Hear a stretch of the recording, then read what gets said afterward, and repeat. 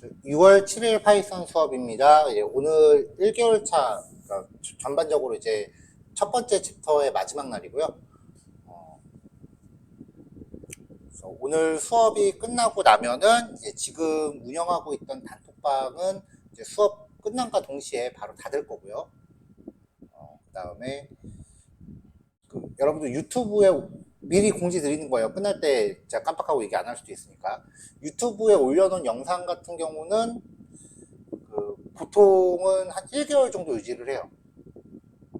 왜냐면 이제 이게 끝나고 나면은 이제 파이썬 파트 2가 또 한 달 동안 진행이 될 텐데, 그러고 나면 다시 또 지금 우리가 하고 있는 이 기초반이 새롭게 개강을 할 거 아니에요? 근데 새로 개강을 하는데 유튜브 영상 다 올라있다. 그러면 굳이 수업을 듣는 게 좀 의미가 좀 그렇잖아요.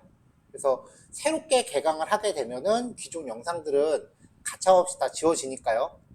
만약에 중간에 복습을 원하시는 분들은 그 안에 해주시고요.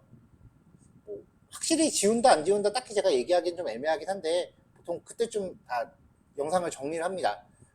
그러니까 이제 그때 가서 삭제됐는데 다시 못 보나요? 뭐 그렇게 연락 주셔도 방법이 없어요. 그러니까 그 안 챙기실 부분은 그 안에 챙겨주시고요. 그 다음에 톡방에 있는 수업 자료 같은 것도 다운로드 못 받은 거는 톡방 닫히기 전에 미리 다 정리해 두시기 바랍니다. 자, 그럼 이제 오늘 마지막 수업 진행해 볼게요. 우리가 지난 시간까지 봤었던 개념이 이제 모듈이라고 하는 개념이었어요. 그래서 파이썬 안에 내장되어 있는 모듈들의 사용 방법을 전반적으로 이제 쭉 살펴보고 있었는데, 지난 시간에 봤었던 주된 내용은 이제 파일이나 폴더를 관리할 때 쓰는 모듈이었죠. 자, 오늘은 날짜나 시간 관련된 기능에 대해서 한번 소개를 해볼 거고요. 그 다음에 원래 넘버링이 이제 28로 가야 되는데 제가 여기서 넘버링 실수로 해서 29번으로 가요. 그러니까 오늘 받으신 교재가 27, 29, 30 그렇게 돼 있을 거예요. 그러니까 파트 번호는 그냥 단순히 오타니까 크게 신경 쓰지 마시고요. 30 가는데 이제 여기서 메일 발송 모듈, 메일 발송에 대해서 이야기를 해볼 거고요. 그 다음에 우리 일전에 CSV 파일 다루는 거 했었잖아요. CSV 파일 처리랑 연계해서 CSV에 수신자 목록을 정리해 놓고 그걸 읽어드려서 반복문 처리하는 메일링 리스트 구현을 한번 해볼 겁니다.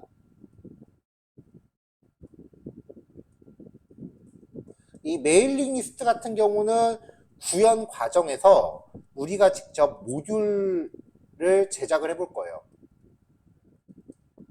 이렇게 해서 이제 첫 번째 파트를 마무리를 할 겁니다. 자, 첫 번째 날짜 관련 모듈은요, 날짜 및 시간에 관한 성분을 조회하는 방법, 그 다음에 날짜나 시간을 계산하는 방법, 두 가지로 이제 나눠져 있습니다. 일단 날짜 및 시간 성분 조회 들어가 볼게요. 시스템의 현재 시각 조회하기. 그러니까 왜 윈도우에 보면은 컴퓨터 이런 시계 있잖아요. 이 시간에 있는 값을 가져오는 거예요. 그래서 데이트 타임이라고 하는 모듈 안에 데이트 타임이라는 객체가 또 있어요. 그리고 그 안에 now라는 함수가 있어요. 그러니까 이것만 가지고 단순하게 임포트를 하면 임포트 데이트 타임 모듈이니까 데이트 타임. 그럼 데이트 타임이라는 모듈 안에 객체 이름도 데이트 타임이니까 데이트 타임 모듈 안에 객체 이름도 데이트 타임. 이런 식으로 똑같은 단어가 두 번 중복되는 경우가 많아요. 지난 시간에 봤었던 글로비란 모듈도 이런 식이었죠. 자, 이렇게 하면 단어가 똑같은 게 두 번 중복되면 순간적으로 내가 오타 냈나? 이렇게 생각이 되거든요. 그래서 임포트를 하면서 객체한테 DT라는 별칭을 붙입니다. 그러면 그 안에 있는 모듈을 가져올 때는 dt.dateTime이라고 가져올 수 있겠죠. 자, 이렇게 해서 이제 now라고 하는 함수를 메서드로 호출하면은 컴퓨터에 있는 현재 시간 값을 그대로 복사해서 가져옵니다. 자, 얘는 객체예요. 그래서 이 객체에 포함된 프로퍼티를 써서 시스템 현재 시각의 성분들을 확인할 수 있습니다. now time, year, month, day, hour, minute, second, millisecond. 연월일 10분초, 그 다음에 1000분의 1초 단위까지 값을 가져올 수 있고요. 요일 같은 경우는 weekday라고 하는 메서드, 즉 함수를 호출해요. 그러면은 요일에 해당하는 인덱스 번호를 리턴해 주는데 0이 월요일이고 6이 일요일입니다. 왜냐면 요일 같은 경우는 국가마다 표현하는 방법이 다르잖아요. 얘네 보통 영어권 같은 경우는 뭐 먼데 이런 식으로 표현을 하죠. 이런 식으로 이제 날짜를 영문으로 표시하는 경우도 있고 우리는 월, 화, 수 이런 식으로 한글로 표현하고요. 그러니까 국가마다 표현 방법이 다르니까 그냥 이 날짜를 표현하는 값들을 배열로 리스트로 만들어 놓고 그 리스트의 인덱스 번호를 리턴하는 거다라고 여기시면 됩니다. 자, 그래서 실제로 실습을 해볼게요. import datetime as dt. 그래서 dt.datetime.now 하면은 현재 시각이 들어오죠. 이걸 그대로 출력을 해봤어요. 이렇게 문자열처럼 출력이 됩니다. 자, 이 안에 있는 성분값을 추출해 볼게요. 오늘은 몇 년, 몇 월, 며칠입니다. 라고 표현하고 이 MSG 변수에 now time.year, 그 다음에 month, day 이렇게 각각의 값을 결합해서 출력을 했습니다. 오늘 실습하시면 당연히 출력 결과는 이거랑 다르게 나오겠죠? 오늘 날짜가 나오는 거니까요. 자, 그 다음에 시, 분, 초, hour, minute, second 해서 시간, 분, 초 이렇게 시간 값을 문자열에 묶어봤고요. 요일 인덱스 위크데이 값을 출력하면 지금 월요일날 실행했을 때 출력값이 0이 나왔어요. 그러면 실제로 요일에 대한 문자열을 얻고 싶다면 요일 이름을 리스트나 튜플로 만들어 놓고 리턴 받은 값을 이 리스트의 인덱스 번호로 사용하시면 된다는 거죠. 그러면 실제 요일 값을 알아낼 수 있습니다. 자, 여기서 가져오는 이 날짜 값들은 컴퓨터 시간에 가져오는 거예요. 만약에 컴퓨터의 시간을 조작해서 정확한 시간과 좀 다른 값을 설정했다. 컴퓨터 시간값 바꿀 수 있으니까요. 그렇게 하면은 고지고대로 컴퓨터에 있는 시간을 그대로 가져와요. 표준 시간이 아니라 컴퓨터 시간을 가져온다는 거고요. 그 다음에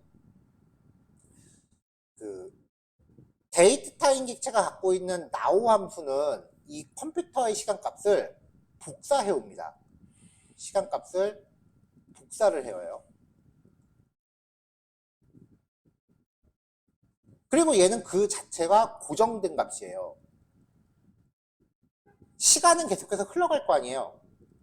그렇다고 해서 now 함수를 통해서 복사한 값이 같이 흘러가지는 않습니다. 얘는 딱 그 시점의 값만 복사해서 가져옵니다. 자, 조금 전에 우리가 날짜 성분을 출력하는 걸 해봤는데 매번 이렇게 문자열을 결합해야 된다라고 하면 좀 많이 귀찮거든요. 그래서 파이썬에는 날짜 성분에 대한 형식 문자열 만드는 기능을 지원을 해요. strftime이라는 함수는요, 날짜 성분의 형식 문자를 제공을 합니다. 그래서 형식이 갖춰진 문자열을 생성한 후 리턴을 해줘요. 자, nowtime이라고 해서 또 현재 시각을 뽑아요. 이 nowtime 객체를 갖고 strftime 연, 월일, 시, 분, 초. 자, 퍼센트 붙은 거. 대문자 y는 4자리 년도, 소문자 y는 2자리 년도. 소문자 m은 2자리 월, 소문자 d는 2자리 날짜, HMS는 각각 시간, 분, 초입니다. 이 사이사이에 들어가는 기호 같은 것들은 여러분들이 넣고 싶은 대로 넣으시면 돼요. 사이사이에 연, 월, 일 이런 식으로 한글로 넣으셔도 상관없고요. 자, 더 많은 형식 문자를 보실 때는 여기 제가 URL 적어놨거든요.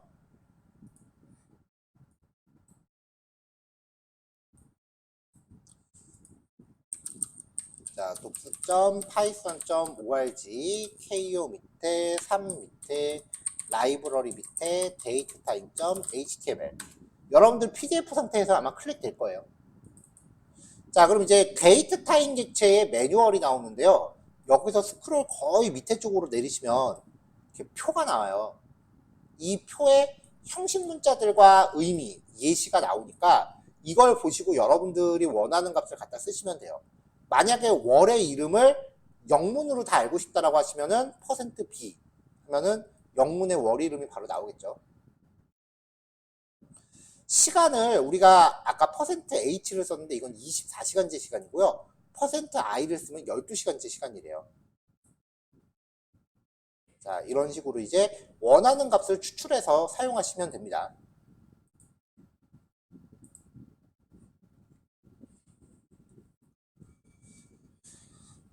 자, 그래서 이제 실습에서 nowtime.strftime ymd인데 주피터에서 코딩하다 보니까 %d는 원래 프린트문에서는 정수를 실행하는 그 형식 문자잖아요. 그러니까 얘만 유독 다른 색깔로 표현하더라고요. 그 다음에 C 분초에서 이렇게 형식 문자 바꿔왔고요. 네 자리 년도에 중간중간에 한글을 넣어봤어요. 결과적으로 출력이 되죠. 이게 파이썬 예전 버전에는 한글 넣으면 표현을 못했었는데 파이썬 3.9 이후부터인가? 그때부터는 이제 한글도 지원을 하더라고요. 이렇게 날짜를 형식 문자열로 갖춰서 처리하는 거는 파이썬에 밖에 없어요. 다른 프로그래밍 언어는 이거 처리하려면 연월일 시분초 값을 다 변수로 따로 뽑아서 문자를 결합하는 연산을 우리가 다 따로 해줘야 돼요. 그러니까 이게 진짜 다른 프로그래밍 언어랑 비교하면 되게 편한 거예요.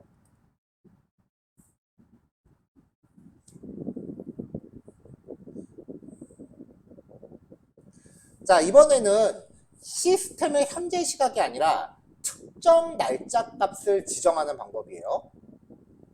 데이트타임 모듈에 데이트타임 객체를 썼었는데 이번에는 함수를 썼습니다. dt.datetime. 그러면서 연, 월일, 시, 분, 초를 파라미터로 세팅해주면은 리턴 받는 객체가 이 시점을 간직하고 만들어집니다.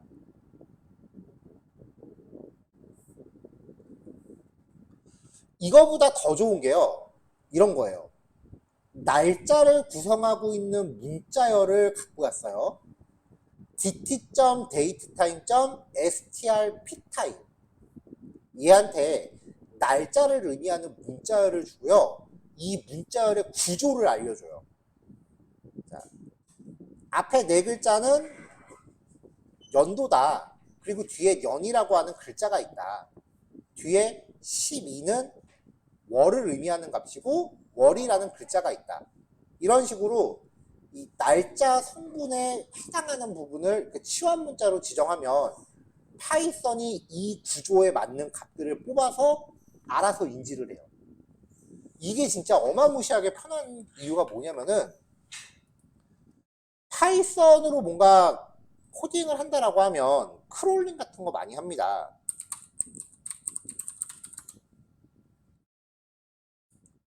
자, 뭐 이런 식으로 이제 뉴스 기사를 내가 수집을 했다라고 하면 여기에 이렇게 날짜 값이 이렇게 쭉 있잖아요.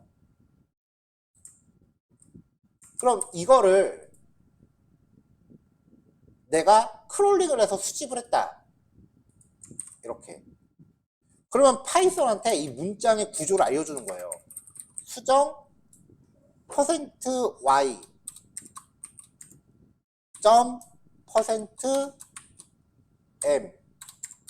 점 %d 점 한 칸 띄고 뭐 오전 %h 콜론 %m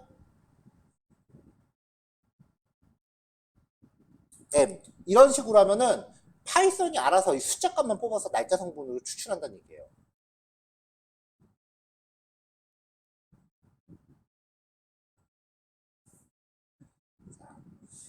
now 함수를 사용하건 아니면은 이렇게 특정 시점을 의미하는 객체를 생성하건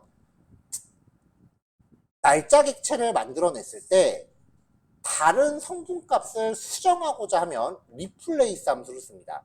연, 월, 일, 시분초 이런 식으로 내가 수정하고 싶은 값들을 세팅하는 거죠. 필요 없는 값은 생략하셔도 돼요.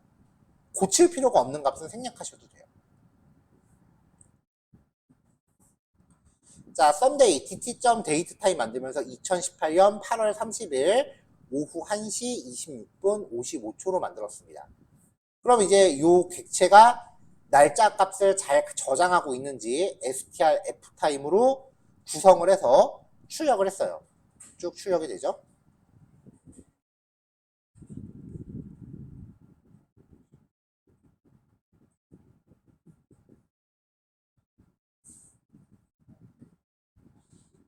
만약에 이렇게 날짜 객체를 만들 때 존재하지 않는 날짜를 지정하면은 에러가 발생합니다.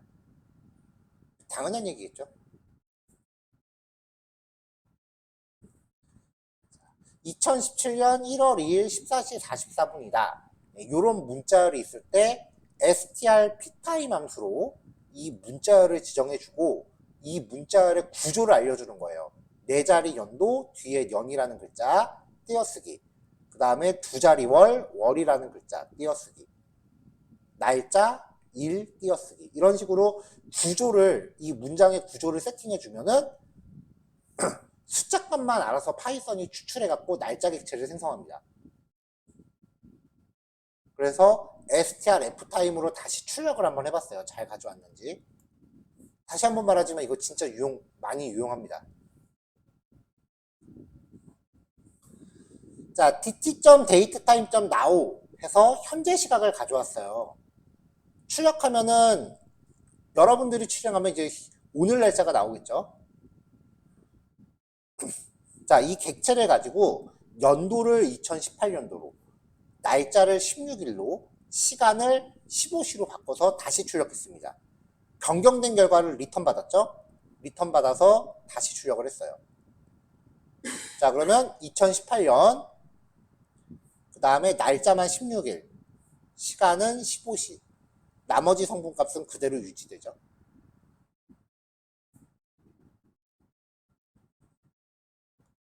자, 날짜의 성분을 추출하는 방법을 봤는데요. 이번에는 날짜 객체를 통해서 날짜 계산입니다. 날짜 계산이 단순히 더하기 빼기를 할 수 있는 게 아니에요. 왜냐면은 60초가 차면은 이제 1분으로 올라가죠. 60분이 넘어가면은 1시간이 되죠.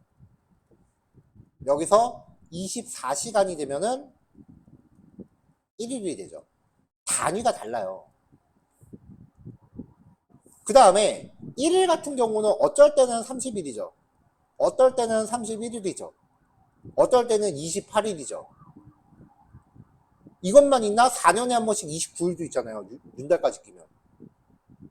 윤달 계산이 진짜 계산 공식이 어마어마하게 길어요. 이것까지 다 계산해서 직접 더하기 빼기 해야 된다? 코드 짜기 되게 힘듭니다. 이 계산을 그냥 알아서 뚝딱 해주는 애예요.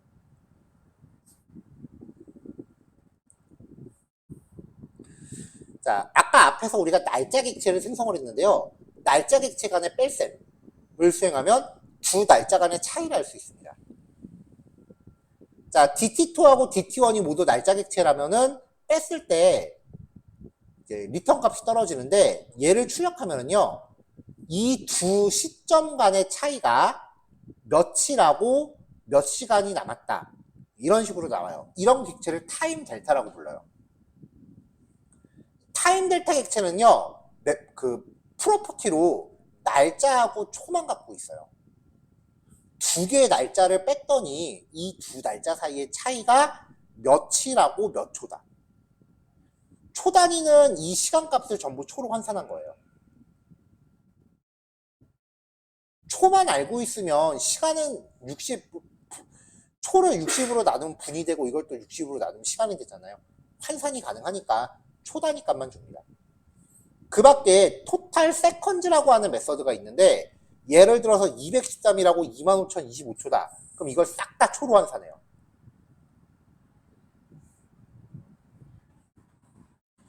자, dt.datetime.now 오늘 날짜죠. 그 다음에 이 오늘 날짜에서 연도 값을 뽑은 다음에 1을 더해요. 그럼 현재가 2023년이니까 2024가 되겠죠. 2023년 1월 1일 자정입니다.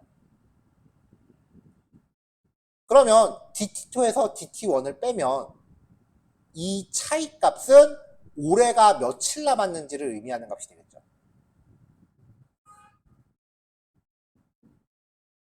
자, 그렇게 만들어낸 객체를 가지고 데이스, 며칠 남았다. 그리고 세컨즈, 몇 초 남았다. 그러면 보통 이제 올해는 며칠 남았습니다. 라고 표현을 합니다. 토탈 세컨즈 호출하면은 요 값을 싹 다 초단위 값으로 환산할 거고요. 이거는 제가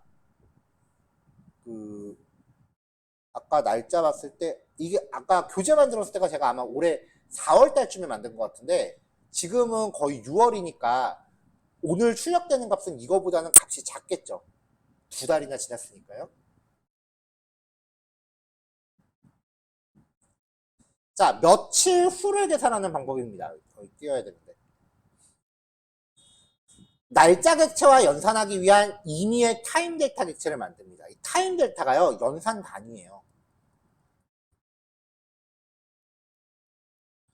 자, dt.타임 델타라고 만들면서 100일하고 60초를 만들어요. 예를 들어서 만약에 날짜만 만들 거면 초는 안 넣으셔도 돼요. 이렇게 만들어진 타임 델타 객체를 임의의 날짜 객체에 더하거나 빼면 돼요. 더하면은 100일 후가 되겠고 빼면은 100일 전이 되겠죠.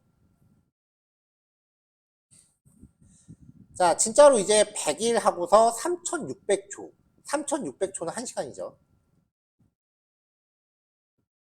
자, 이렇게 해서 D라는 객체를 만들었습니다.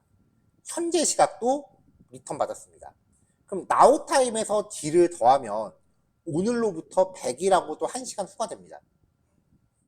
자, 이렇게 만들어진 연산 결과는 데이트 타임 객체이기 때문에 우리가 원하는 형식으로 맞춰서 출력할 수 있습니다. 100일 계산한 거예요, 지금. 100일 후가 얼마냐? 자, 데이트 타임 모듈은 날짜와 시간의 성분을 조회할 수 있는 타임 델타라는 객체를 만들어주고요. 데이트 타임 객체를 제공하고요. 데이트 타임 객체의 now 메서드는 현재 시각. 그리고 데이트 타임 모듈의 데이트 타임 함수는 이거 조심하셔야 되는 게 객체 이름하고 함수 이름이 똑같아요. 좀 헷갈릴 수 있어요. 특정 시각을 내장하는 날짜 객체를 생성하고요.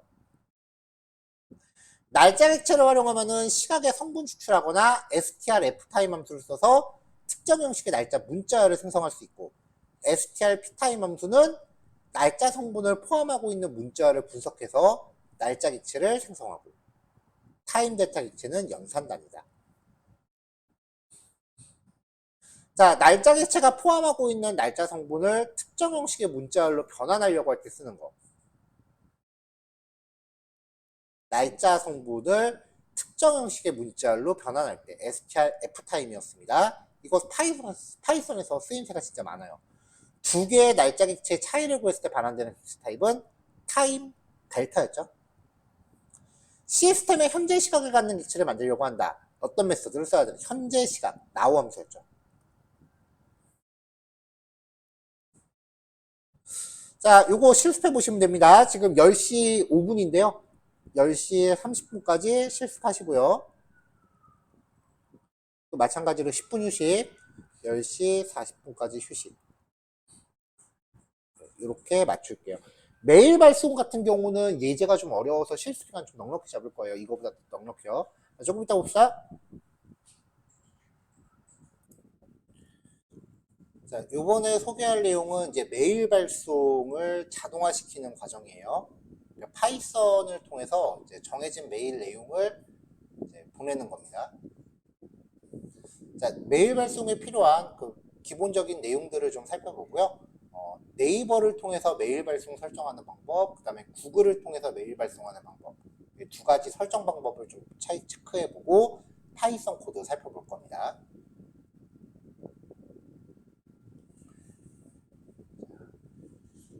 SMTP라고 하는 시스템이 있어요. 흔히 이제 서버라고 부르는 건데, 이 SMTP라고 하는 시스템은 외부 프로그램의 요청에 따라 메일을 발송해주는 시스템이에요.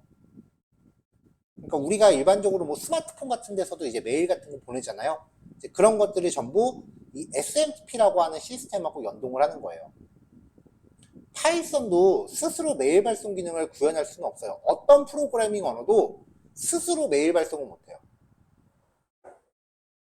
이 SMTP라고 하는 시스템하고 연동을 통해서만 메일을 발송을 해야 됩니다. 이 SMTP라고 하는 거를 직접 설치할 수도 있기는 해요. 근데 좀 많이 어려워요. 이거는 이제 전문적으로 운영체제 시스템을 공부해야만 이제 거기서 SMTP 설정하는 방법이 나오거든요. 운영체제 시스템이라고 하는 거는 이제 대표적인 게 리눅스라고 하는 과목을 따로 공부해야만 직접 이거를 설치할 수 있어요. 그 다음에 설령 이 SMTP를 직접 설치할 수 있다라고 해도 메일을 발송하려면 주소가 필요하잖아요. 그러니까 골뱅이 한 다음에 뒤에 들어가는 주소들. 이걸 흔히 도메인이라고 부르는데 이 도메인이 화이트 도메인 리스트라고 하는 국가 기관이 있거든요. 국가 기관일 거예요 아마.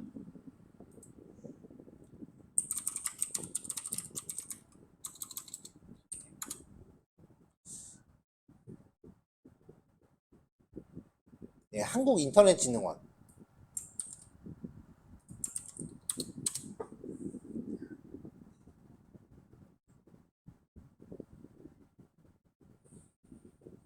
자, 요런 사이트가 있어요. 이 사이트에 그 화이트 도메인이라고 하는 형태로 우리 주소는 안전한 주소다라고 등록을 해야 돼요.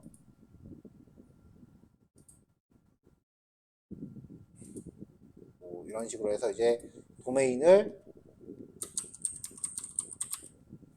이렇게 등록을 하면은 이게 인터넷에서 등록만 하고 끝나는 게 아니라 어떤 값이 만들어지면은 이거를 어디에 등록을 해라 뭐 이런 식으로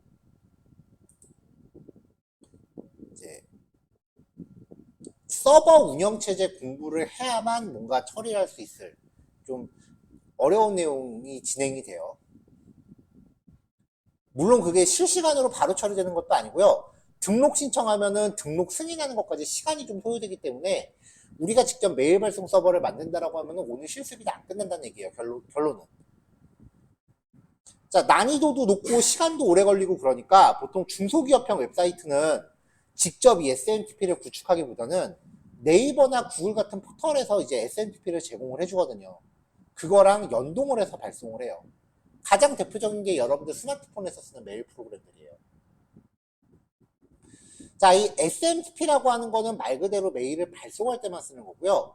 메일을 수신하는 거는 팝3라고 하는 시스템하고 연동을 해야 돼요. 발송하고 수신은 전혀 별개의 구현 과정을 거치고요. 발송 과정에 비해서 구현이 어려워요. 수신 같은 경우는. 그래서 대부분의 웹 서비스에서 보내는 메일은 발송 전용으로만 보내집니다. 수신 기능 자체가 없다는 거죠. 자, 대충 이제 SMTP가 뭔지 살펴봤어요. 메일 발송 시스템을 SMTP라고 한다. 근데 직접 구현하는 데는 시간과 난이도가 많이 소비가 되기 때문에 보통은 이제 포털에서 제공하는 거랑 연동하는 게 가장 쉽다. 우리는 이제 네이버나 구글하고 연동을 하기 위해서 네이버나 아니면 구글 같은 데 어떻게 설정을 하는지 볼 겁니다. 자, 네이버 메일의 환경 설정 메뉴로 들어가시면요. 이제 팝3 아이맵이라고 하는 설정이 있어요.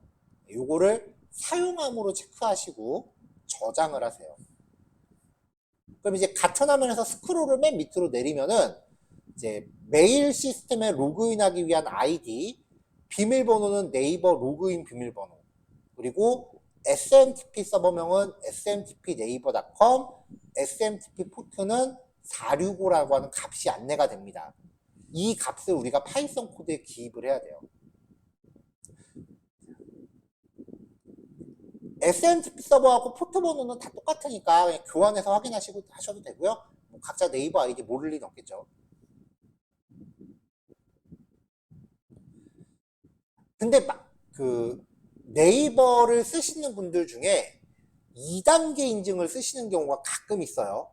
그러니까 웹에서 로그인하면은 어플로 이제 알림 메시지가 와서 거기서 한번 더 눌러줘야 되는. 그거 쓰시는 분들은 설정이 조금 더 들어가요. 자, 네이버 메인에서 로그인해서 네이버 아이디로 들어가면 보안 설정이라는 게 있는데 여기서 2단계 인증 메뉴로 들어가서 관리를 누르세요. 보안 설정 누르고 2단계 인증의 관리 메뉴를 누르세요. 자, 그럼 이제 어플리케이션 비밀번호 관리라고 하는 메뉴가 나오는데 여기서 직접 입력 선택하시고 프로그램 이름은 직접 하나 넣으세요. 왜냐면은 지금 이 네이버에 연동하려는 프로그램은 네이버 입장에서 완전 듣보잡이야. 현재까지 존재하지도 않아요. 왜냐면 여러분들이 아직 실습을 안 했잖아요. 그러니까 기존에 있던 어플이 아니니까 이름을 직접 하나 정해주시고요. 비밀번호 생성하기 버튼 누르면 여기에 여러분들 파이썬 프로그램하고 연동하기 위한 전용 비밀번호가 하나 만들어져요. 이 비밀번호는 여러분이 네이버에 로그인할 때 쓰는 비밀번호랑 완전히 별개예요. 특정 프로그램과 연동하기 위한 전용 비밀번호고요. 연동 다 했다. 그럼 여기 다시 들어서 지워버리면 돼요. 자, 요거를 복사하시면 됩니다. 이거는 2단계 인증을 사용하시는 경우만 쓰는 거고요. 2단계 인증을 안 쓰시는 경우에는 본인이 그냥 평소에 네이버 로그인할 때 비밀번호 쓰시면 돼요. 네이버 같은 경우는 2단계 인증을 쓰는지 안 쓰는지가 이렇게 선택적인데 구글 같은 경우는 연동할 때 2단계 인증을 무조건 걸어야 돼요. 외부 연동할 때. 자, 그래서 구글 발송 설정이에요. 자, 구글에 로그인한 다음에 이제 오른쪽 상단에 계정 아이콘 눌러서 구글 계정 관리로 들어가시고요. 계정 메뉴에서 보안, 그 다음에 2단계 인증으로 들어갑니다. 자, 그럼 2단계 인증 시작하기 해서 계속 누르시고요. 계속 진행해서 그 핸드폰 번호 입력하고 문자 메시지로 인증 코드 받으세요. 여기다 인증 코드 입력하면은 2단계 인증 사용 설정 확인 페이지가 나옵니다. 사용 설정하시면 이제 2단계 인증이 되는데 구글 같은 경우도 마찬가지예요. 이제 웹에서 로그인할 때 이제 구글에서 이제 문자 메시지가 와요. 인증번호가. 그거를 입력해서 한 번 더 인증 과정을 거치는 거고 만약에 스마트폰에 지메일이라던가 아니면 유튜브 같은 게 깔려 있다 그러면은 그 어플로 푸시 메시지가 올 거예요. 거기서 확인 버튼 누르면은 로그인이 최종 승인되는 그런 과정을 거쳐야 됩니다. 2단계 인증을 활성화시키고 나면은 이제 다시 계정 페이지에서 보안 메뉴에 2단계 인증으로 들어가세요. 스크롤을 맨 밑으로 내리면은 앱 비밀번호라는 메뉴가 있어요. 네이버에서 어플리케이션 비밀번호라고 하죠. 요거를 선택하고 들어가서 기타, 이름을 기타로 선택하고 이름은 아무거나 입력하시면 이런 식의 비밀번호가 표시가 될 겁니다. 자, 이 비밀번호도 소스코드에 적용을 해야 되니까 미리 복사해 두시면 되고요. 구글 같은 경우는 이 비밀번호를 한번 확인하면 두 번 다시 확인이 안 돼요. 이 비밀번호가 뭐였지 다시 확인할 방법이 없으니까 잘 복사하세요. 잊어버렸다고요? 지우고 새로 만들면 그뿐이에요. 앱 비밀번호는 여러분들 실제 비밀번호를 노출하지 않으려고 만드는 임시 비밀번호 같은 거예요. 그러니까 필요한 만큼 쓰고 필요 없어지면 지워버리면 그뿐이에요. 자, 요 과정을 거치시면 됩니다. 실제로 이거 코드에 작성하라고 했더니 이거 중간중간에 띄어쓰기까지 다 베끼시는 경우가 있더라고요. 이 띄어쓰기는 단순히 그냥 보기 편하라고 준 거지 실제 비밀번호에 띄어쓰기 들어가지 않습니다.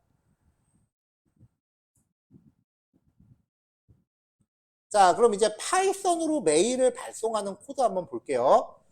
연동 설정은 구글하고 네이버 두 개를 다 하실 필요는 없고요. 둘 중에 하나만 하세요. 자, 그 다음에 지금부터 제시해드리는 코드는 굉장히 생소할 거예요. 여태까지 보던 코드랑은 스타일이 좀 달라요. 왜냐면은 완성되어 있는 모듈의 코드를 맞추는 거기 때문에 쓰는 방법이 기존에 다 정해져 있어요. 그러니까 여태까지 코드는 뭐 외우라던가 아니면 요거는 꼭 이해하고 넘어가야 된다던가 그런 얘기를 제가 많이 강조를 했는데 프로그램 코드가 고급화될수록 표면상으로 봤을 때 뭔가 그래 좀 있어 보이는 기능을 구현을 하죠. 근데 정작 그 기능을 구현하는 데 들어가는 코드는 딱 그때 말고는 쓸 일이 거의 없는 코드들이에요. 그래서 프로그래밍이 고급화되면 될수록 이해 같은 건 별로 안 필요해요. 그냥 잘 완성된 세트를 갖고 잘 보관하고 있다가 내가 다음번에 어디만 고쳐서 쓰면 되는구나. 그 정도만 체크하시면 돼요. 패키지가 처음 보는 게 되게 많이 나오죠. 일단 os.path 경로 정보를 가져와야 되기 때문에, 왜냐하면 이 경로 정보는 첨부 파일 처리할 때 첨부 파일을 위해서 경로 정보가 필요하고요. 그 다음에 메일 발송 시스템하고 연동하는 모듈이 SMTP LIB에 있는 SMTP라고 하는 클래스예요. 자, 그 다음에 email.mime mime이라고 하는 게 뭐냐면은 파일 형식을 뜻해요. 파일 형식 혹은 데이터 형식.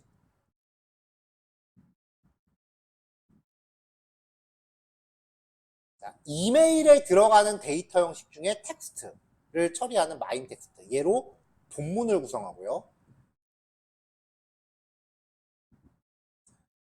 email.mime.application이라고 하는 형식의 mime application. 얘는 첨부 파일을 멀티파트라는 형식으로 변환하는 기능을 해요. mime.multipart라는 패키지에서 mime multipart라고 하는 클래스를 가져오는데, 얘는 멀티파트로 변환된 형식을 본문에 덧붙이는 형식 일을 해요.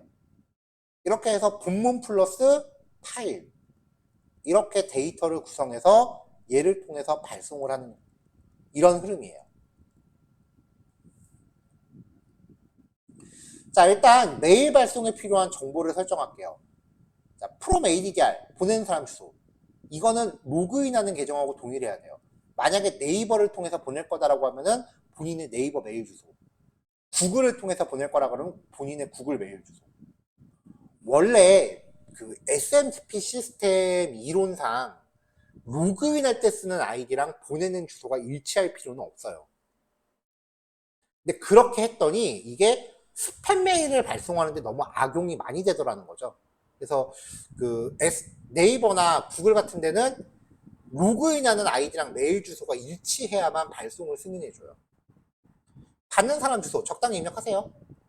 이거 블랭크로 박은 이유가 예전 교재에 제 메일 주소를 그냥 넣었더니 다들 나한테 보내더라고요. 와, 저번에 제일 심했던 게 수강생 한 27명 정도 있는데 한 10분 정도가 나한테 보내갖고 한동안 스팸 메일로 되게 많이 악용됐던 적이 있고요. 아직도 가끔 복습하시나 봐요. 아직도 가끔 와요. 받는 사람 주소는 여러분들 메일 주소 두세 개씩 있죠? 각자 본인 걸로 좀 합시다. 자, 제목 알아서 설정하시면 되고요. 본문. 문자열 중에 잘 안 쓰는 문자열인데 처음 나왔어요. 3중 쌍따옴표. 이 안에서는 줄바꿈이 자유로워요. 나는 3중 쌍따옴표 안 쓰고 하나로만 하겠다. 그럼 역슬래시 n으로 줄바꿈 표현하시면 돼요. 자, 첨부 파일이 필요 없다면 이 files라는 리스트를 비워두세요. 근데 첨부 파일이 들어가다면 hello.txt랑 world.txt 이렇게 첨부 파일의 경로를 리스트에 담으세요. 자, 상대 경로예요. 이름만 덩그러니 있죠. 그러면은 지금 여러분들이 이 예제를 실습하는 소스 파일하고 같은 폴더 안에 파일이 있어야 된다는 소리예요. 파일은 각자 만드세요. 텍스트 파일 2개 만들고 내용 아무거나 넣으세요. 자, 컨텐츠 형식 플레인, 얘는 일반 텍스트입니다.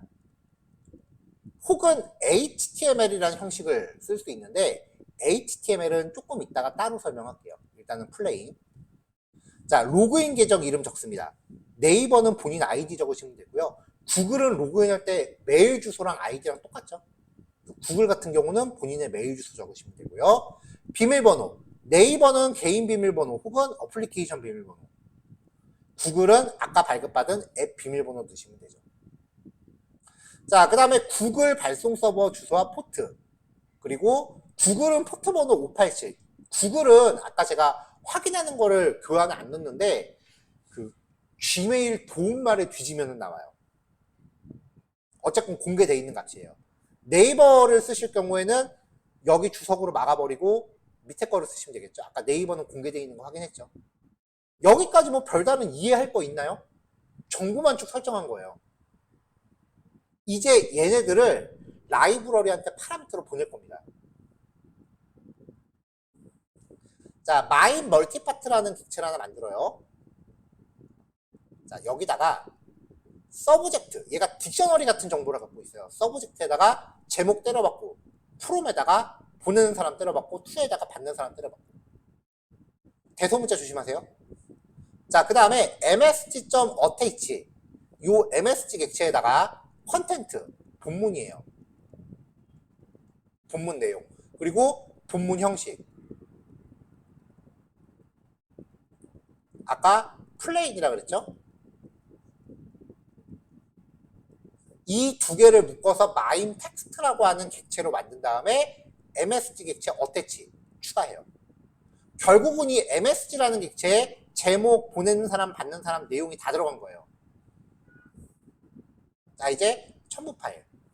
아까 첨부 파일이 필요 없으면은 파일스라고 하는 리스트를 비워두라고 했죠. 비어있는 리스트를 조건으로 쓰면 거짓이 되니까 여기 통째로 건너뜁니다. 그렇죠?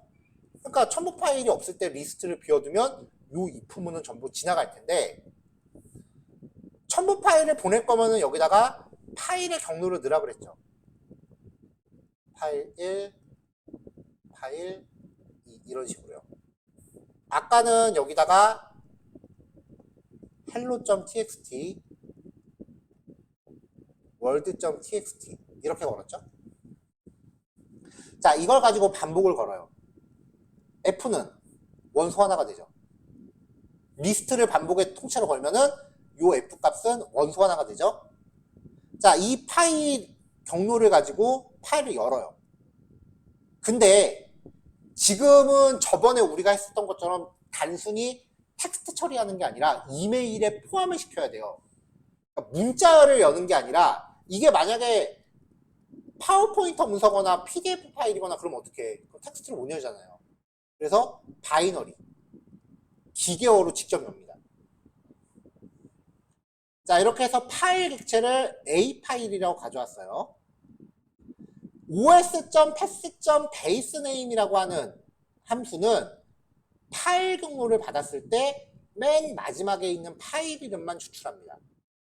지금은 우리가 파일 이름만 이렇게 뒀지만 만약에 여기에 뭐 K 밑에 S 밑에 Z 밑에 hello.txt야 이렇게 경로를 주면은 마지막에 파일 이름만 추출한다는 얘기예요. 여기에 꼭 파일 이름만 넣으라는 얘기 없어요. C 드라이브 밑에 어디 밑에 어디 밑에 이렇게 절대 경로 넣으셔도 되고요. 상대 경로 넣으셔도 됩니다. 자, 어쨌건 파일 이름을 뽑았어요. 그 다음에 파일 객체를 읽어드려요. 바이너리 형식으로 객체를 만들었는데 파일을 읽으면 얘는 기계어라는 소리죠. 파일 자체의 기계어를 직접 읽고요. 이 파일의 이름을 알려줍니다. 파라미터로. 그렇게 해서 마임 어플리케이션이라는 객체를 만드는데 이렇게 객체를 만들면 이거는 메일 발송에 대한 규약이에요. 이 파일 객체에 컨텐트 디스포지션이라는 딕셔너리 값으로 첨부 파일인데 이름은 뭐입니다 라는 문자열을 위에 덧붙이는 게 메일 발송 규약이에요. 아까도 말했지만 이해하실 필요 없다 그랬어요. 이 코드는 이 리스트만 잘 고치면 알아서 돌아요 앞으로. 이렇게 해서 MSG 아까 메일 본문 객체에다가 덧붙입니다. 자, 준비 다 됐어요. SNTP 클래스 만들고요. 이거를 뭐라고 읽어야 될지 잘 모르겠어요. 어쨌건 이 메서드를 호출하면 메일 시스템에 접속을 합니다. 스타트 TLS 메일 서버 연동이 시작되고요. 로그인 하세요. 아이디랑 비밀번호. 그리고 샌드 메일 받는 사람 보내는 사람 아까 여태까지 준비했었던 메일 본문 객체를 싹 다 문자열로 바꿔서 첨부. 그럼 이제 메일 발송이 되고요. 실제로 발송이 되는 거기 때문에 2에서 3초 정도 에러가 납니다. 에러래요. 시간이 걸립니다. 만약에 에러가 나면은 여기 밑에 쪽에 발송이 안 되는 이유가 에러 메시지가 다 나와요. 이게 구글이나 네이버에서 리턴해주는 메시지이기 때문에 그 메시지를 잘 보시면 어디에 설정을 잘못했는지 확인이 가능합니다. 그리고 화이트 함수를 호출해서 마지막에 접속을 종료합니다. 그럼 이건 실제로 제가 이제 네이버나 구글로 연동해서 카카오 메일로 발송을 한 거고요. 첨부 파일까지 다 들어있죠. 제일 많이 쓰는 게 네이버나 구글이라서 설정하는 거를 네이버랑 구글만 이제 보여드렸는데, 이렇게 웹메일을 제공하는 모든 시스템은 SMTP를 외부랑 연동하는 기능을 다 제공을 하고요. 그래서 꼭 네이버나 구글이 아니라 다른 서비스를 통해서도 연동 다 가능합니다. 다만 환경 설정을 통해서 SMTP를 사용한다라는 거를 활성화시켜 주시기만 하면 돼요.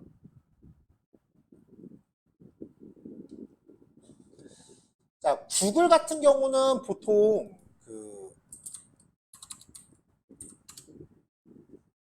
기본적으로 자동으로 이제 2단계 인증 키는 동안 활성화가 되는데, 만약에 Gmail에서 여기 환경 설정, 모든 설정 보기 있어요. 여기 보시면 여기도 전달 및 팝 아이맵이라고 돼 있거든요. 여기에 여기 아이맵 사용, 이거는 SMTP가 아니기 때문에 체크를 안 해도 될 것 같아서 제가 안 넣었는데, 여기도 한번 확인을 해보세요. 이 아이맵이라고 하는 게 보통 외부 연동하는 기능이거든요.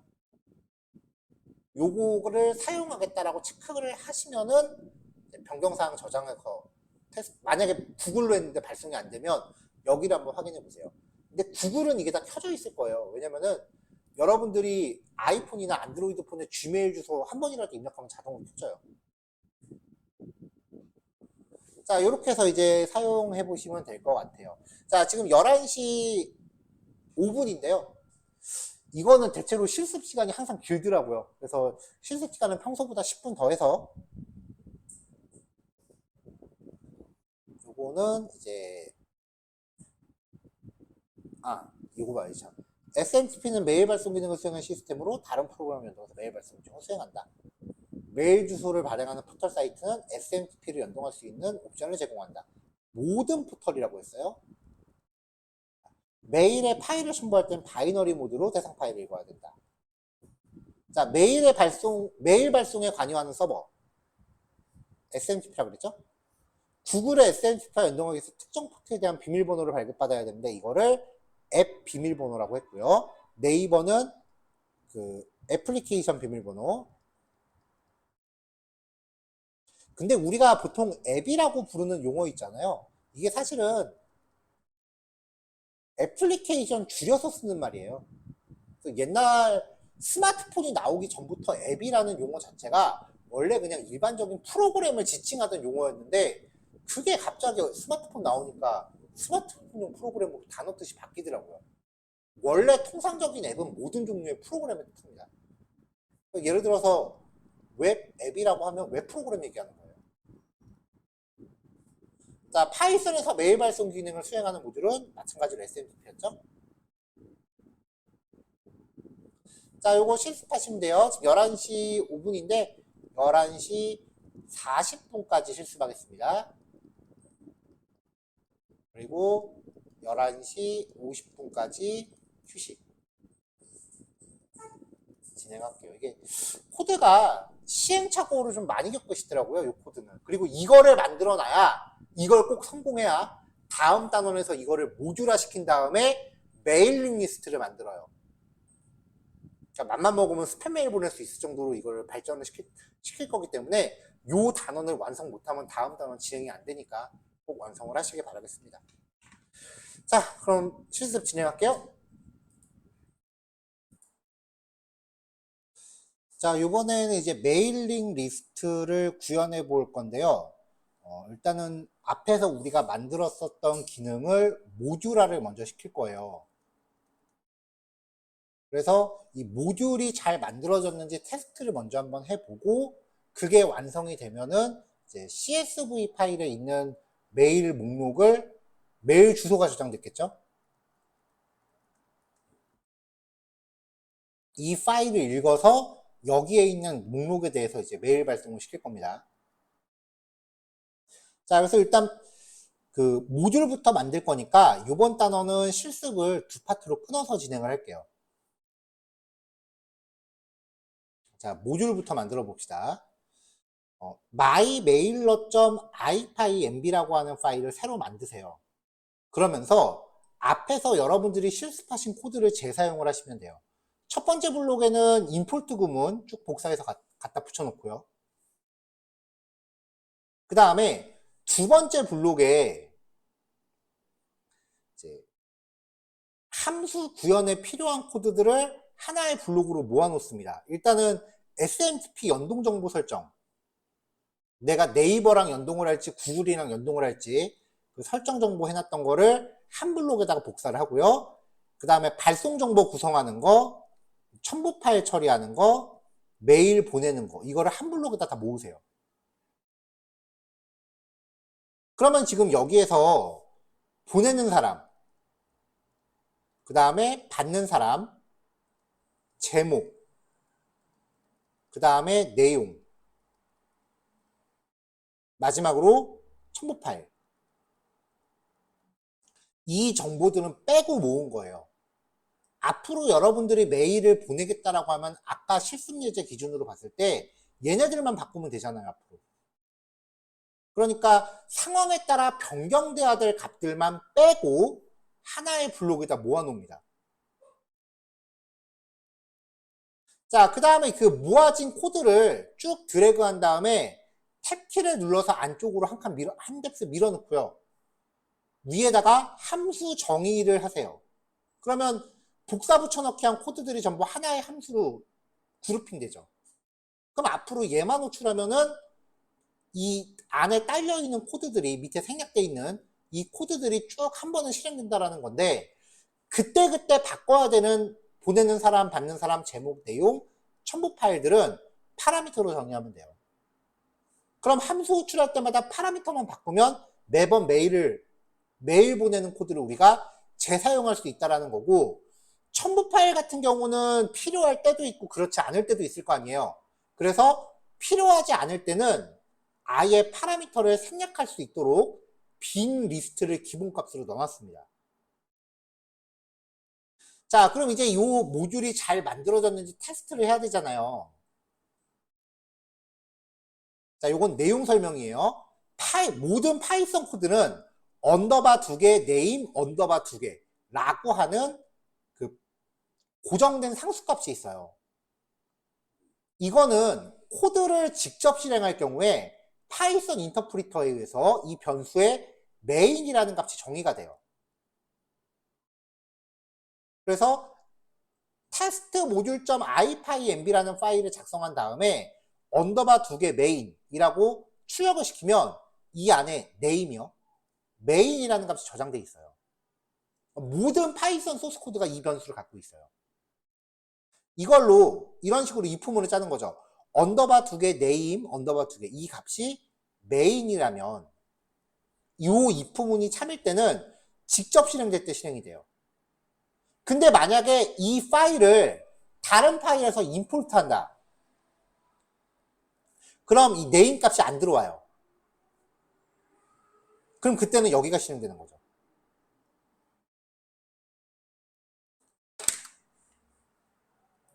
자, 요건 한번 직접 보여드려 볼게요.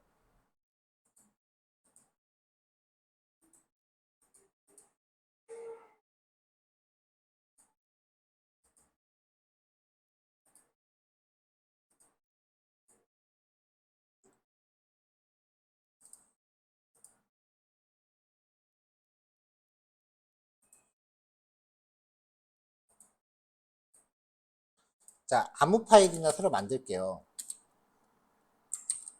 뭐 hello.ipynb라고 만들게요. 여기서 프린트 언더바 2개 네임의 값은 %s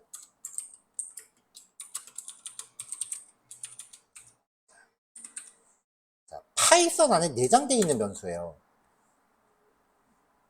자, 언더바 두 개 네임의 값은 언더바 두 개 메인이다라고 같이 저장되어 있죠.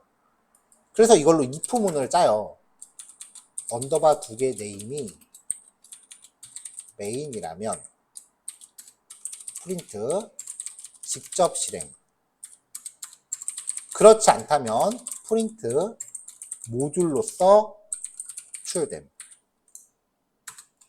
자, 지금 이렇게 하면 네임의 값이 메인이니까 여기 if가 실행되겠죠? 근데 이 다른 파일 하나 더 만들게요. test.ipynb.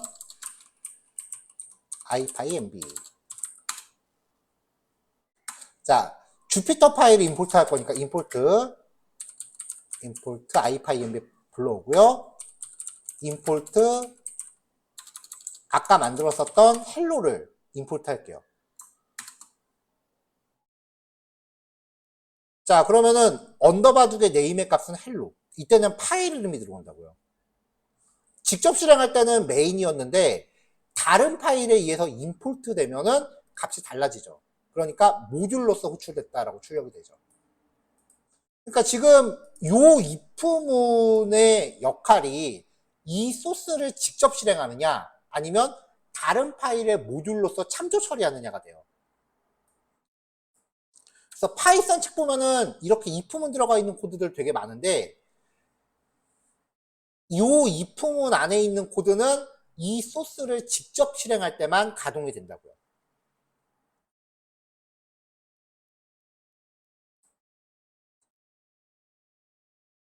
자, 그러니까 아까 우리가 만들었었던 테스트 모듈 하면은 이제 여기가 실행된다라고 이걸 확인했죠, 직접. 그러면 아까 우리가 메일 발송 모듈을 위에다 만들었잖아요. 이 모듈을 테스트하겠다고 다른 파일을 또 만드는 거는 좀 번거로우니까 이 위쪽에 모듈을 정의해 놓고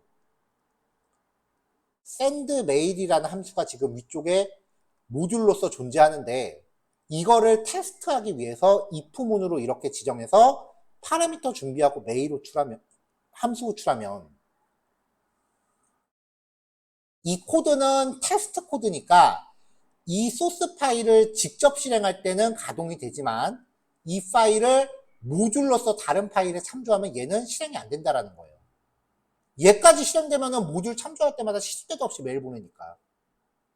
그래서 모듈을 만들고 나면은 요 if문으로 모듈의 기능을 테스트해보는 용도로 쓰는 if문이에요. 이 if문은 직접 실행할 때만 가동이 된다. 그래서 위에서 만든 함수를 여기서 테스트하는 용도로 이렇게 처리를 해놓으면 나중에 내가 다른 파일에서 얘를 임포트하면 여기는 실행이 안 된다라는 겁니다. 자, 일단 요거를 만들어서 모듈 구현이 완성이 되면 이제 여기에 CSV 파일을 접목시켜서 메일링 리스트로 구현을 할 거예요. 자, 일단은 요 파일을 먼저 실습을 먼저 해야겠죠. 자, 지금 12시인데 요거를 12시 30분까지 너무 긴가? 20분까지만 합시다. 완성했던 코드 복사 붙여넣기 하는 거니까요. 12시 20분까지 모듈 실습하시고 그 다음에 12시 30분까지 휴식. 이렇게 해서 12시 반부터 메일링 리스트로 최종 완성을 할게요. 자, 조금 이따 만납시다.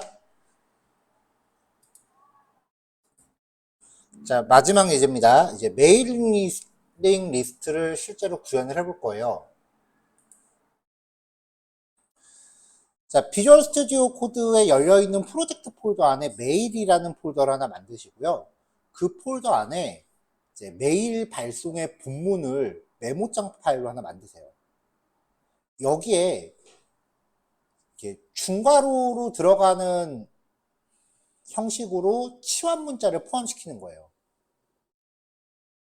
그러면 이제 이 파일의 내용을 우리가 오픈 함수로 읽어드릴 수 있죠. 텍스트 파일을 읽어드리면은 이 본문 전체가 결국은 파이썬에서 변수가 된다고요. 그럼 이 변수에 포맷 함수를 걸면 이 값들을 우리가 다른 내용으로 치환할 수 있게 됩니다.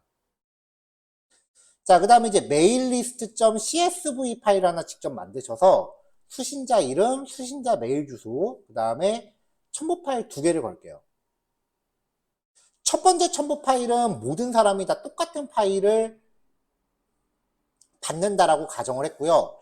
두 번째 첨부 파일은 각각의 사람들이 전부 다른 파일을 받는다라고 가정을 했어요. 자, 지금 여기 나와 있는 이 항목들이요. 지금 제 교환상에는 주소가 블로그.호셈으로 들어가 있는데 주소가 바뀌었거든요. 여러분들이 갖고 계신 교환상에는 주소가 제대로 들어가 있어요. data.hosem.kr/mail.zip이에요. 교환에는 정상적인 주소가 있습니다. data.hosem.kr 밑에 mail.zip 이라고 주소를 넣으시면 압축 파일이 하나 들어올 거예요. 이렇게 생긴 압축 파일이요. 이 압축을 풀면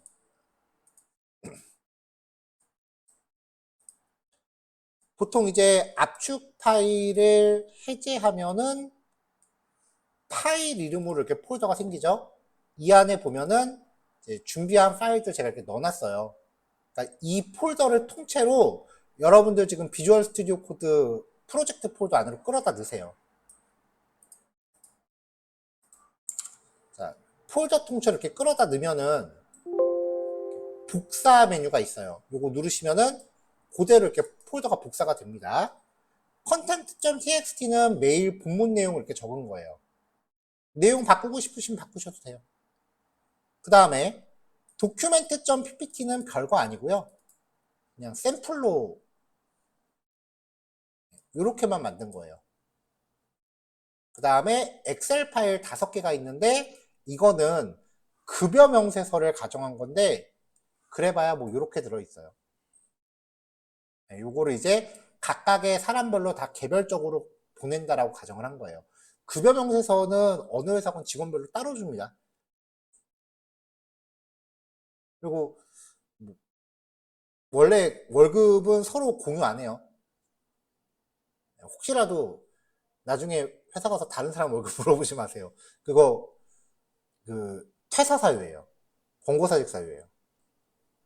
다른 사람 연봉 물어보는 게 보통 회사 내규상으로 물어보는 건 퇴사 사유에 속해요.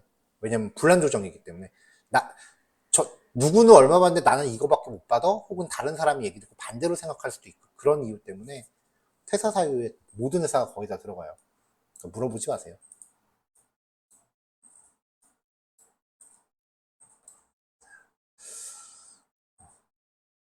그럼에도 불구하고 쉬쉬하고 서로 물어보긴 해요. 자, 어쨌건 이렇게 있습니다. 이제 maillist.csv 파일. 자, 이 파일은 여러분들이 엑셀로 여신 다음에 받는 사람 주소는 여러분들이 직접 넣으세요.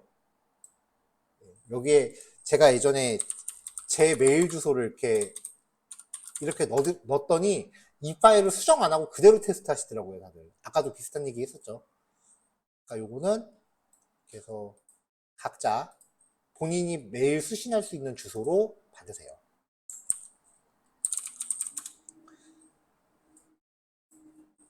자, 이렇게 이제 파일들이 준비가 되면 아까 메일 발송하는 건 다 테스트 됐죠. 이제 메일 발송이 문제가 아니에요. 이제 이 내용들을 어떻게 활용하느냐.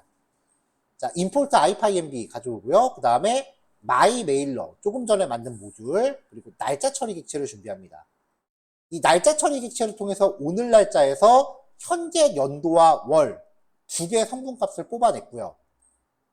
그리고 오늘의 날짜 값도 뽑아냈습니다. 출력해서 일단 잘 뽑혔는지 확인해 봤고요. 보통 우리가 메일 주소 적을 때 보내는 사람 주소, 받는 사람 주소만 적잖아요. 근데 거기에다가 메일 주소 적을 때요. 이름, 그 다음에 한 칸 띄고 괄호 열고 메일 주소 이렇게 하면은 상대 받는 사람 이름이나 보내는 사람 이름을 지정할 수 있어요. 요 이름은 내 실제 이름이 아니라 다른 이름으로 막 바꿔서 넣어도 돼요. 예를 들어서 여기다가 뭐 관리자라고 하면은 발신자는 요거지만 발신자 이름이 관리자라고 표시가 돼요. 자, 그 다음에 메일 제목을 위한 문자열 템플릿을 하나 준비했습니다. CSV 파일 안에 수신자 이름이 있으니까 그 이름을 여기다 넣을 거예요. 반복문 돌면서. 그러면은 CSV 파일에 있는 데이터별로 문장이 계속 바뀌겠죠? 연도랑 월은 아까 미리 준비해놨죠. 메일 주소를 오픈 함수로 파일 객체 만듭니다. 얘는 일반 텍스트예요. 읽어와요. 읽어온 내용을 출력하니까 이렇게 나왔어요. 컨텐트 tmpl이라는 변수가 이거니까 이 변수에다가 포맷 함수를 걸면은 이 내용들을 우리는 다른 값으로 바꿔치기 할 수 있습니다. 자, 이제 CSV 파일 읽어요. 엑셀 파일은 인코딩이 EUCKR이죠? 리드 라인스 한 줄씩 읽었어요. 한 줄을 반복해요.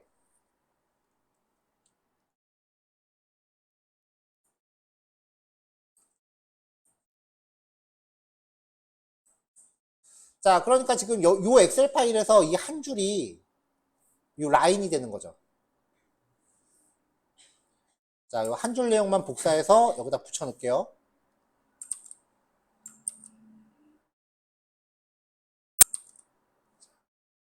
자, 이렇게 복사를 했어요. 요게 라인이 되는 거죠. 자, 그럼 일단 엑셀에서 읽어드리면 마지막에 있는 역슬래시 n까지 같이 가져왔었어요. 그래서 이 줄바꿈 문자를 없앨 용도로 스트립, 앞뒤 공백 제거, 그 다음에 쉼표 단위로 잘라요. 그럼 요만큼씩 잘리죠? 그래서 리스트가 만들어집니다. 자, 그 다음에 보낸 사람 주소. 반복문이 너무 크다 싶으면은 요만큼 코딩하고 출력해서 결과 확인. 결과 확인이 되면 이거 주석으로 맞고 또 한 줄 코딩해서 프린트해서 결과 확인. 이렇게 점진적으로 실행하세요. 한꺼번에 다 코딩하면은 에러 났을 때 어버버버 하면서 우왕좌왕해요. 자, 받는 사람 주소를 설정해 봅시다. 이름, 괄호하고 메일 주소. 자, 이 한 줄을 리스트로 바꿨는데 그거를 지금 구조분해해서 변수에다가 하나씩 넣어놨습니다. 이렇게.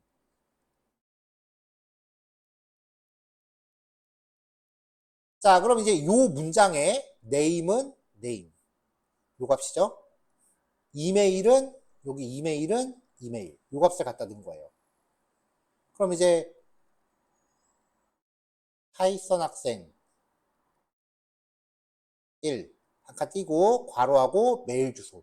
이런 식으로 문자열이 만들어지겠죠. 이게 잘 만들어졌는지 프린트문으로 또 쭉 실행해서 확인해 보세요. 잘 출력이 되면 다시 주석으로 맞고요. 메일 제목 아까 형식 문자 넣어서 미리 만들어 놨죠. 거기에다가 누구누구님의 몇 년 몇 월 급여 명세서입니다.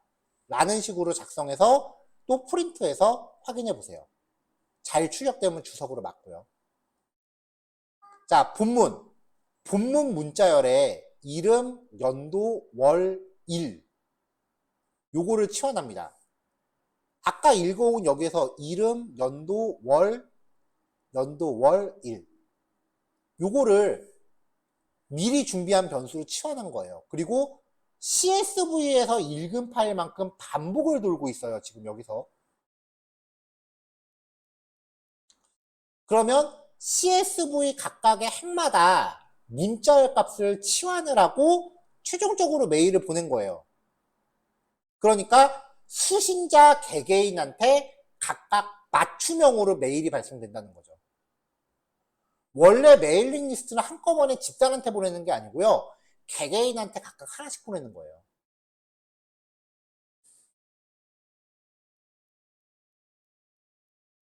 자, 언더바둑의 네임 변수는 파이썬 코드를 직접 실행한 경우에만 메인이라는 값으로 초기화됩니다. 텍스트 파일에 치환 문자를 포함시켜 놓으면 오픈 함수로 읽어드린 후에 포맷 메서드를 써서 특정 변수 값을 적용할 수 있다. 이게 메일링 리스트 발송의 핵심이었어요. 수신자 목록을 CSV 파일 형태로 정리하고 이 메일의 내용에 맞게 반복문을 수행하면서 메일 발송 기능을 수행하면 메일링 리스트를 구현할 수 있습니다. 자, 소스 코드가 직접 실행될 때만 초기화되는 변수 언더바둑의 네임이었죠. 얘가 실행될 때 저장하고 있는 값은 메인을 저장하고 있었고요. 텍스트, CSV 읽어드리기 위해 쓰는 함수, 오픈 함수였죠.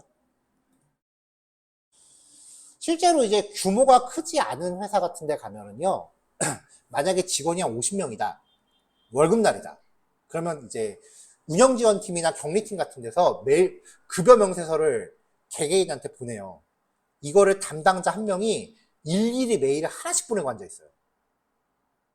그럼 시간이 꽤 오래 걸릴 거 아니에요. 나는 월급날 오전에 급여 일찍 받고 싶은데 그러면 거의 한 오후 4시, 5시에 와요. 이런 거 하나 만들어 놓으면은 점심 먹으러 가기 전에 그냥 딱 엔터키 쳐서 돌려버리면 밥 먹고 오면 다 돼 있을 거 아니야, 일이. 보통 이런 식으로 이제 사무자동화가 시작이 됩니다. 여기에서 이제 조금 더 나가면은 이제 엑셀 파일 자체를 다루는 얘기. 그 다음에 어떤 그 합계라든지 평균 뭐 이런 값들을 좀 자동으로 처리하는 거. 그런 식으로 이제 사무자동화가 발전이 돼요.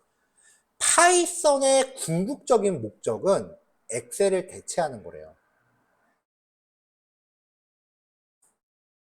그것만 봐도 이제 파이썬으로 뭔가 그럴싸한 프로그램을 만든다라기보다는 이제 여기 엑셀에 왜 엑셀 함수 같은 거 들어가는 거 알죠? 그것도 은근히 어렵잖아요. 그걸 대체하는 게 목적이래요. 사실 윈도우 쪽은 이미 나와 있어요. 물론 파이썬 코드 자체적으로 이제 엑셀을 핸들링하는 것도 가능하긴 해요. 그 오픈파이 엑셀이라고 해서 엑셀 파일을 파이썬 안으로 직접 데이터를 다 갖고 온 다음에 파이썬 코드로 조작하는 그런 것들도 이제 나와 있긴 한데 제가 생각했을 때 가장 궁극적인 파이썬의 목표치가 요거라고 생각을 해요. 지금 우리가 주피터를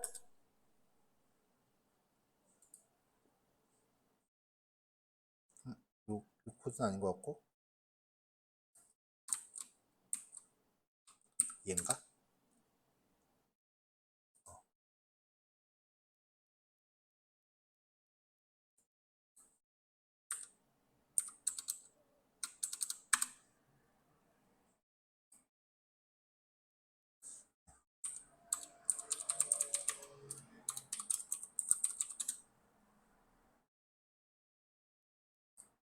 이걸 보는 게 낫겠다.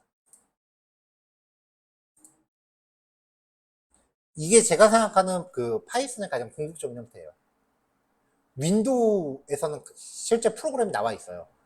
엑셀 안에 이게 지금 주피터예요.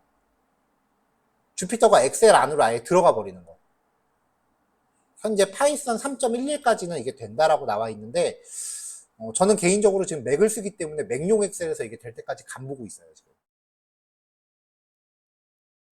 그러니까 엑셀에 있는 내용을 파이썬으로 가져와서 여기서 코딩 뚜닥뚜닥 하면 결과가 바로 엑셀에 반영되는 이 형태가 제가 생각하는 가장 궁극적인 형태예요. 네, 이렇게 엑셀 안에 주피터 버튼이 들어있는 이게 실제로 현재 나와 있는 프로그램이에요.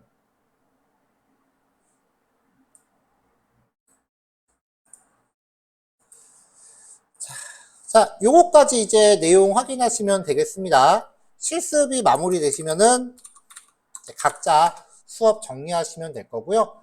그 다음에 이제 단톡방은 제가 이따가 1시 반에 수업이 종료되면은 바로 닫을 겁니다. 아까 말씀드렸다시피요. 필요한 내용이 있으신 분들은 지금 미리 정리를 해 놓으시고요. 제가 한 달 가까이 같이, 한 달 정도 같이 한 달 정도 했나요? 한 1개월 정도 이제 아침 일찍 만나서 같이 공부했는데, 전반적으로 이제 코딩이 뭐다 라는 거에 대한 전반적인 개념하고, 그 다음에 이런 식으로 파이썬을 활용할 수 있다라는 파이썬 활용에 대한 방향성을 제시해 드리고자 노력을 했어요.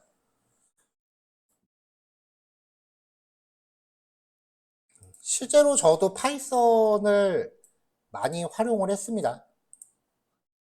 저 같은 경우는 이제 데이터 분석하는 용도로 많이 사용을 했었고요.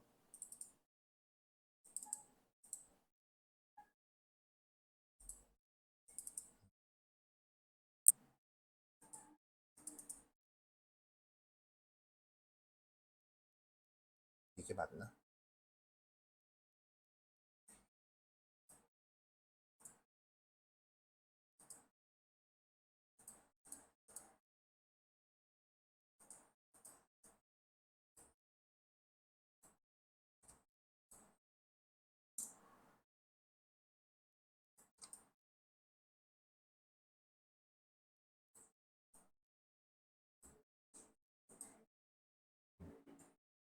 이제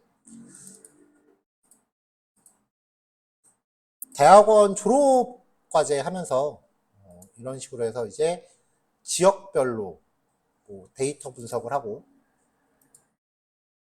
이런 식으로 이제 분석 결과 만드는 용도로 이제 파이썬을 많이 사용을 했어요. 이게 실제로 파이썬으로 다 한 거고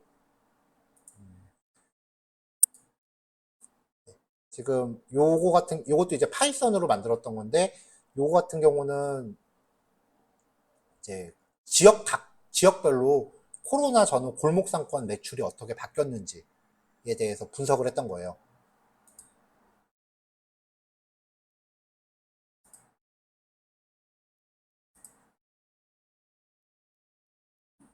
그래서 최종적으로 이렇게 분석 결과 만들어내는 이런 과정들을 파이썬으로 많이 했었습니다. 이것도 지금 파이썬으로 데이터 분석한 결과 코드고요. 네. 이런 활동을 하는데 필요한 기본 내용들을 저는 이제 2개월차 수업 내용으로 준비를 하고 있어요. 만약에 2개월차 수업에서 이제 같이 만나게 된다면은 아마 요런 이제 기본적인 통계 자료 만드는, 물론 그 전에 웹사이트 크롤링 먼저 할 거고요. 왜냐면 파이썬 공부할 때 가장 많이 요구하시는 게 웹사이트 크롤링이더라고요. 크롤링으로 데이터 수집하고 분석해서 시각화하는 그런 과정으로 2개월차 수업 준비하고 있으니까 관심 있으신 분들은 2개월차 때 또 만나볼 수 있으면 좋겠습니다. 자, 한 달 동안 고생 많았고요. 클로징은 지금 미리 할게요. 실습 마무리 되신 분들은 오늘 별도의 클로징 따로 안 할 거니까 각자 줌 접속하시거나 아니면은 강의실 정리하시고 퇴실하시면 될 것 같아요. 그리고 강의실 컴퓨터 사용하신 분들은 그동안 다운로드 받아놨던 수업 자료 같은 거 잘 백업해 가시고요. 강의실 컴퓨터에서는 좀 삭제 좀 부탁할게요. 다다음 달에 또 오신 분들이 앉았다가, 자료 다 있네 하고서, 그러면 이제 자료만 싹 복사하고 수업 안 나오시는 경우 되게 많거든요.